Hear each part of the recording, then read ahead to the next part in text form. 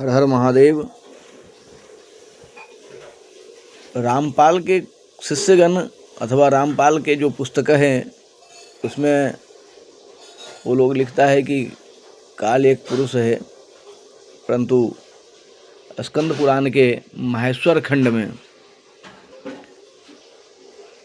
भगवान के वचन आप देखें, काल किसे कहते हैं। शिवरात्रि व्रत की महिमा कही गई है इसमें। उसमें कहा गया है कि ब्रह्मा जी जब संपूर्ण जगत की सृष्टि की तब राशियों में कालचक्र उत्पन्न हुआ। और कालचक्र का मतलब क्या होता है इसको समझिए। काल का मतलब होता है समय, ये आगे आपको आप स्पष्ट हो जाएगा। इस कालचक्र में सब कार्यों की सिद्धि के लिए 12 राशि 27 नक्षत्र मुख्य हैं। इन 12 राशियों और 27 नक्षत्रों के साथ क्रीड़ा करता हुआ कालचक्र सहित काल जगत को उत्पन्न करता है। ब्रह्मा से लेकर कीट पर्यंत सबको काल ही उत्पन्न करता है। अब काल का मतलब समय ही होता है, क्योंकि एक विशेष समय पर सभी लोग उत्पन्न होते हैं। वही पालन करता है, वही संहार करता है। एकमात्र काल ही यह सारा जगत बंधा हुआ है। अकेला काल ही इस लोक में बलवान है, दूसरा नहीं।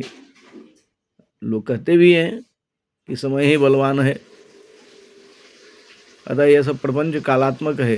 सबसे पहले काल हुआ, काल से ही स्वर्ग लोक के अधिनायक उत्पन्न हुए, तदंतर लोकों की उत्पत्ति हुई, उसके बाद त्रुटि हुई, त्रुटि से लव हुआ, लव से क्षण हुआ, क्षण से निमिष हुआ, जो प्राणियों में निरंतर देखा जाता है। 60 निमिष का एक पल कहा जाता है। 60 पल की एक घड़ी होती है। 60 घड़ी का एक दिन रात होता है। 15 दिन रात का एक पक्ष माना जाता है। 2 पक्ष का एक मास और 12 महीने का एक वर्ष होता है। काल को जानने की इच्छा रखने वाले बुद्धिमान पुरुषों को इन बातों का ज्ञान रखना चाहिए। प्रतिपदा से लेकर के पूर्णिमा तक पक्ष पूरा होता है। इस दिन पक्ष पूर्ण होने के कारण ही इसे पूर्णिमा कहते हैं। जिस तिथि को पूर्ण चंद्रमा का उदय होता है वो पूर्णमासी देवताओं को प्रिय है, तथा जिस तिथि को चंद्रमा लुप्त हो जाते हैं उसे विद्वानों ने अमावस्या कहा है। अग्निस्वात आदि पितरों को यह अधिक प्रिय है। यह 30 दिन के पुण्यकाल से संयुक्त होते हैं। इसमें जो विशेषता है उसे आप लोग सुने। अभी इससे तो यह स्पष्ट हो गया है कि जो काल है वह समय है। अब इसमें भी थोड़ा और सुने इसके बारे में।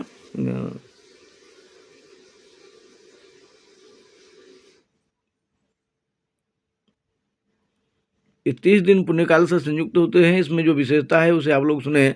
योगियों में व्यतिपात, नक्षत्र में श्रवण, तिथियों में अमावस्या, पूर्णिमा तथा संक्रांति काल ये सब दान कर्म में पवित्र माने गए हैं।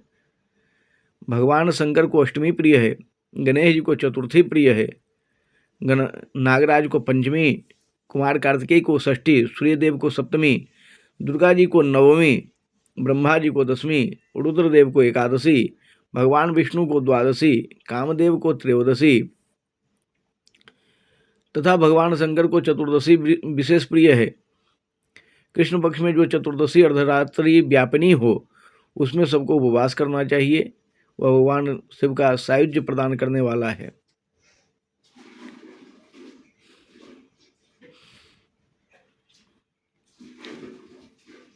वह शिवरात्रि नाम से विख्यात है। हर एक महीने में जो कृष्ण पक्ष की चतुर्दशी है वह शिवरात्रि के का ही माना जाता है, शिवरात्रि ही माना जाता है।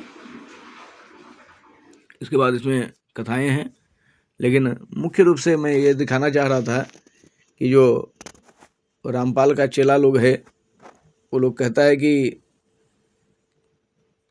काल एक पुरुष हुआ, उसने पता नहीं क्या क्या किया। लेकिन जब आप समझेंगे तो यहाँ तो कन्फर्म है कि काल का मतलब समय है।